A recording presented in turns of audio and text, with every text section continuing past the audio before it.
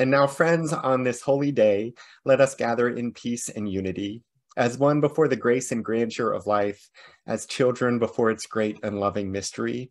In this hour, may we know anew the holy joy of human lives growing together, so that this hour will imbue all those to come with that same gift. Come, let us worship together. From Zen and the Art of Motorcycle Maintenance. Chris hangs onto my shoulders now, and I turn a little and see that he stands up on the foot pegs. After a while, when we cut sharp into a hairpin under some overhanging trees, he says, "Oh," and then later on, "Ah," and then, "Wow." "What's the matter?" I ask. "It's so different." "What?" "Everything. I never could see over your shoulders before." Trials never end, of course. Unhappiness and misfortune are bound to occur as long as people live. But there is a feeling now that was not here before, and is not just on the surface of things, but penetrates all the way through. It's going to get better now. You can sort of tell these things. Earlier this week, Bill described his idea for this morning's sermon with an observation that one often inadvertently heals others through the process of healing oneself, and vice versa. This immediately brought to mind my experience of healing as an audience member during certain performances in which actors somehow have pushed themselves into extraordinary presence and connection with me, a random playgoer they've never met. My husband, Michael, is a dramaturg and professor of performance history, so we've seen a lot of great theater during our 33 years together, most of which hasn't had this effect on me as much as I've enjoyed the productions.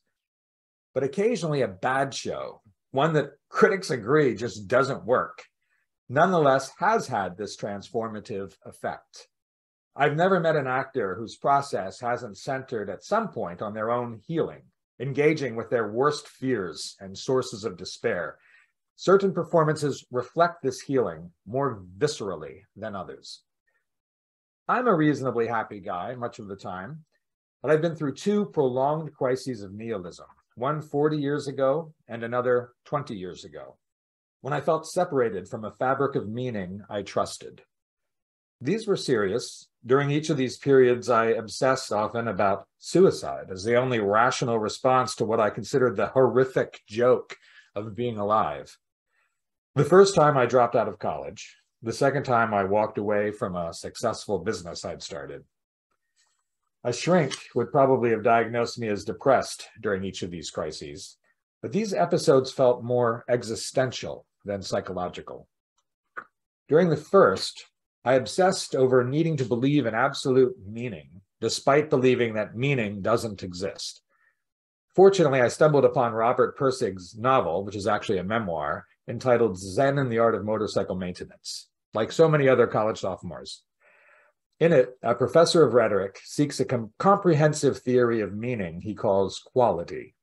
This search is so necessary to him, it drives him insane, such that he's admitted to a mental institution for a prolonged period where he receives a brutal form of electroshock therapy. The novel follows Pirsig's thinking after his release, during a motorcycle journey across the country with his young son, Chris. At the story's end, Pirsig finds himself sinking again into obsessive thought that eclipses all other values and relationships. He explains to Chris that he has been insane, is nearly there again, must put Chris on a bus back home, and will probably never see him again.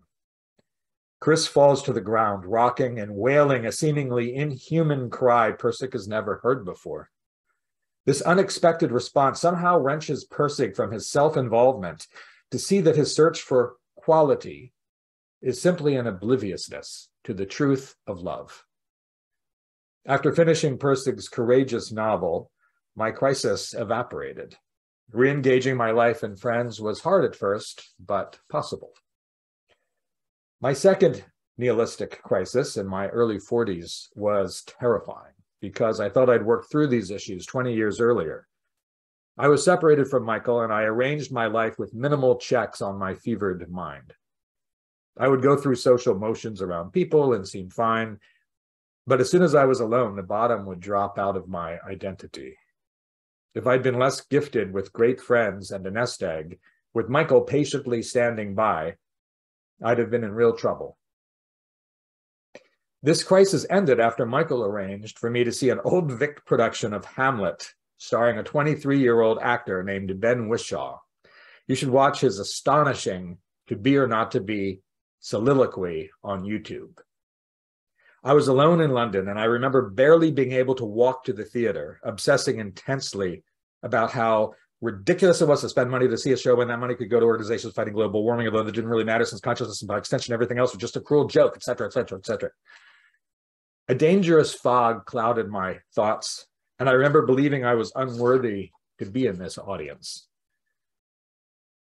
The cast included many very young actors, plucked straight out of drama school by the great director Trevor Nunn, and led by Whishaw as the youngest Hamlet ever in a major professional production. So the stakes must have been high for all the actors to heal their fears, move through despair, and be astonishingly present. My engagement as an individual audience member with their collective work in healing themselves opened a door to my own healing. Ironically, a play about obsessive despair that ends with almost everyone dead on stage brought me back to life. Whishaw is now celebrated as one of the greatest stage actors of his generation. You may know him as Q in the Bond movies. But the cast's brilliance isn't why I left that performance feeling healed in ways that allowed me to seek further healing, to re-engage life with a faith that, whatever the paradoxes, I'm part of a fabric of meaning beyond my ability to register its full sacredness. I imagine the honest, hard-won integrity of those actors' work of self-healing released me and many others in the audience from the self-imposed prisons that separated us. Like Persig's wailing son, they woke us up. I think that's what explained the endless curtain calls at the end. In her book, Braiding Sweetgrass, Indigenous Wisdom, Scientific Knowledge, and the Teachings of Plants, Robin Wall Kimmerer remembers an indigenous story about sweetness and living, about possibility and responsibility. She writes, when Nana Bojo, the Anishinaabe original man, our teacher, part man, part Manito, which is a spirit or a deity, walked through the world, he took note of who was flourishing and who was not, of who was mindful of the original instructions and who was not. He was dismayed when he came upon villages where the gardens were not being tended, where the fish nets were not repaired, and the children were not being taught the way to live. Instead of seeing piles of firewood and caches of corn, he found the people lying beneath maple trees with their mouths wide open, catching the thick, sweet syrup of the generous trees. They had become lazy and took for granted the gifts of the Creator. They did not do their ceremonies or care for one another. He knew his responsibility, so he went to the river and dipped up many buckets of water. He poured the water straight into the maple trees to dilute the syrup. Today, maple sap flows like a stream of water with only a trace of sweetness to remind people both of possibility and of responsibility. And so it is that it takes 40 gallons of sap to make a gallon of syrup. The stories and myths around Nana Bojo, the original man, are plentiful, rich, and pluralistic, but they share in common the idea that he is not the creator, but a being moving through creation. From the beginning, he seeks to understand creation that those who follow him might follow his lead. And he is given original instructions which vary in their retellings, but often generally include motion. He is to move and learn, not stay in one place, but to travel the world. Among the lessons is to go east, where he learns of tobacco, whose smoke can carry his devotion to the Creator. He would also learn the names of the beings, and they his, and they would come to call out Bozo as a greeting when he passed by. And he was taught to go south in the original instructions, where he would learn of cedar and its use as medicine. And along the way, he would learn from animals how to eat, how to make nets and webs, how to live, and from squirrels, how to scrape the wood of maples so that the next day there would be crystals of sugar to eat and enjoy. And he was instructed to go north, where he learned of sweetgrass and how it bears healing and kindness for all, the innocent and the guilty alike. A braid of sweetgrass would then travel with him as protection and healing. And he was instructed to go to the west, where he'd learn of sage and how it eases fear, and of fire and how it burns down and warms up, of how it creates, destroys, and creates again. He also we learn from the author Kimmerer, that he had a twin brother as equally bent on destruction as he was on sustenance. Nanabojo was taught to walk upon creation with humility, humility, and more humility as a model for us, a humility that would allow him to learn, to name and be named, to enjoy the sweetness of life, the healing of medicine, and the power of fire. His twin was a being of great ego and destruction, and when he learned that, his life and steps became about trying to balance out his brother's presence on earth. And I find it useful to remember that when a myth tells us of siblings or twins or two beings who were formerly one but become disunited and move through the world with a sense of separation, that we are both of them. We're both of the brothers in this story. More broadly, we're the angel and the devil, though it is our theology that within the soul of everyone there is more of the former than the latter. We're the good and the bad, though it is our faith that the former is stronger than the latter, for the good can always redeem the bad. We're the heroine and the villain, though it is our belief that even the villain has a divine spark within, and that in the end, even the villain is made by the dust of the same stars as us, by the breath of the same God as us. And so as we come to affirm that in the villain, we are also affirming something in us, making something more whole, making us more complete, moving through the world with more humility and less destruction. There's a healing in this. A healing dependent on an other as a piece of the puzzle of ourselves. Separated from that being, we will never heal as much as we might otherwise. Better connected to that other, we will heal more, and in a way, reciprocally. Robin Wall Kimmerer, who is a mother, scientist, professor, and enrolled member of the Citizen Potawatomi Nation, fills her book with blended and beautiful wisdom that draws us toward that kind of reciprocal living with the natural world and one another. In Braiding Sweetgrass, and in her many other writings, lectures, and interviews that you can easily find online and have on as you drive here and there perhaps, she lifts up not only the beauty and power of the natural world, but of how living closer to it, or within and among it, is healing for us in that world. She speaks to a sense that separation causes a kind of sickness that plants and nature can heal. Sometimes in a physical sense, but as often as that, there's a sense that the healing is a kind of balance and larger kinship that comes from a more holistic life. Isolation and loneliness cause pain and despair. Connection and engagement lift us out of both of those conditions, or at least they ease their grip on us so that life becomes more enjoyable and vibrant. This is known in mental health and sociological circles as it pertains to human connection. Much has been written and observed about what has been called an epidemic of loneliness in our country and perhaps the world today. People are as lonely as ever, and by many measures more so, with little to no idea about how to connect with one another. Communal bodies and voluntary associations, historically great vehicles for easing loneliness and building relationships, and which are particularly essential in a functioning democracy, have lessened in importance and impact as connectors of people in general. As a result, a broad sense of the common good, a big sense of the social good, is often tenuous, polarized, and smaller. Democracy suffers, and we do too. Those of us who fall ill to the notion that we don't really need to be centered in active and deepening relationships with others. And as connecting and useful as social media can be for some purpose, it has not abated, and in some ways of thinking has only increased the sense of loneliness that many feel. I know that for me, sometimes it makes me feel very connected. Sometimes it makes me feel very lonely. The important things seem to be awareness and limits. But Kimmerer expands this to our separation from the natural world as well, using story and silence to speak to our need for lives more integrated with eco-connection. Her tradition and spirit is indigenous, her training and profession is of the academy, and her blending of these worlds speaks powerfully to those of us who pray for healing and protection and also get vaccinated regularly, to those of us who find the wisdom of the ancient myths powerful and the current photos of what's happening on Mars to be enchanting, to those who believe that creation stories are true, and so is the Big Bang. Those of us who live lives of screens, floors, and roofs would be better to blend ourselves in creation as creation more often, to lean into its wisdom, be it presented as story or science, so that we are more connected, not only to one another and the stranger, but to life broadly. We can know and name the isolation we feel from one another. We can understand it as sickness, but the same is true in how connected we are to the natural world.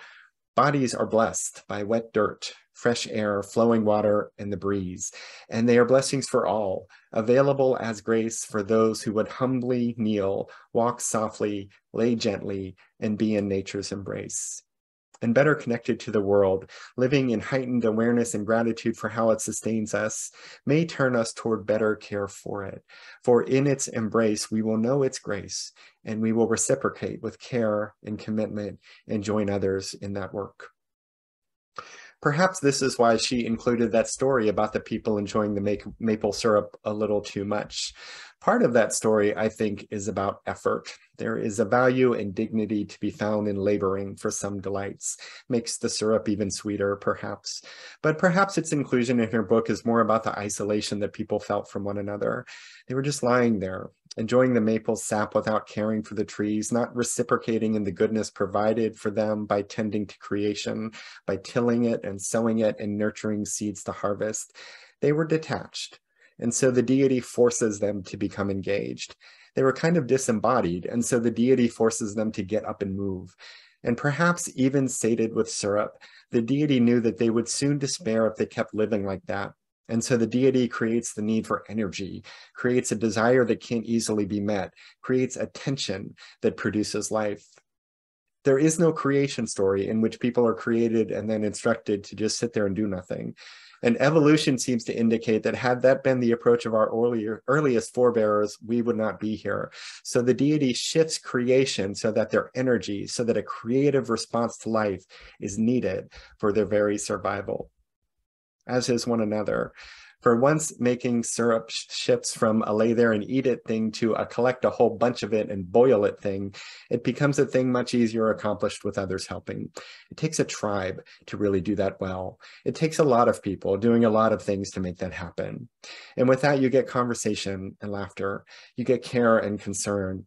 You get someone seeming a little down one day and someone else asking why. You get someone celebrating good news and sharing it with them. You even get disagreements and differing opinions and minds opened by the ideas of each other. You get diversity, you get community, you get life. And the healing of one's loneliness is linked to another's. The healing reciprocal as people heal together, and creation too is healed by a people newly reverent before and humble before and grateful for its original grace. Healing becomes reciprocal in that when we heal ourselves from what causes illness, in whatever form and venue that occurs, our healing impacts the people and world around us. When it comes to people we know, when it comes to the stranger, when it comes to Gaia, humility is key, and so is reciprocity, the sense that we are here as recipients of something good, life and one another, solely to do good in the world. And the places to deepen in that calling, the ancient story reminds us, is in our physical and spiritual proximity to one another. The reciprocity, the healing, and the new and creative life is only found in the company of people and in the embrace of the world. People on a stage, perhaps, or in an audience, or both. People in a congregation. People dancing, or running, or playing cards, doing puzzles. And outside, bundled up in winter's cold, or barefoot in summer's heat, staring at the ocean, feeling rain on the skin, the sun hot, the moon bright, the stars twinkling, deer, fox, and rabbit away a little, watching, keeping an eye on us, the wind making our skin feel alive. a sense of being in the world and held by a world that allows our place in it, that embraces our softer steps and our eyes of peace and our song of today that matches the one song of all time and all place and all people, a song of gratitude for life and one another, for creation and our work to do to bring its gifts to fruition. For it promises and delivers blessing. Should we join together, try, and reciprocate its grace with our care. Kimmerer includes a scene in her book that speaks to this. She and her daughters have tapped maples to get the sap that they'll need to make syrup. The sap is arriving, and about this scene she writes, "My girls watch in fascination, each drop as clear as water, but somehow thicker, catching the light and hanging for a second at the end of the spile, growing invitingly into a larger and larger drop. The girls stretch out their tongues and slurp with a look of bliss, and unaccountably I am moved to tears. It reminds me of when I fed them. Now, on sturdy young legs, they are nursed by a maple, as close as they can come to being suckled by Mother Earth. Such reciprocity awaits us, and it bears healing and balance and joy. It bears a sense of place and home. It promises sweetness. And it brings joy not only to us, but to parent and creator and mother. And it brings joy not to one, but to two and three and many, many more. May it be so, and amen. For our benediction, go forth grateful for the moments before you, the breath within you, the people among you, and the Spirit guiding you toward lives of greater love, beauty, and kindness. And go forth knowing that you are held always, and always with neighbor and stranger, by that great love of no beginning and never ending. Go in peace, and amen.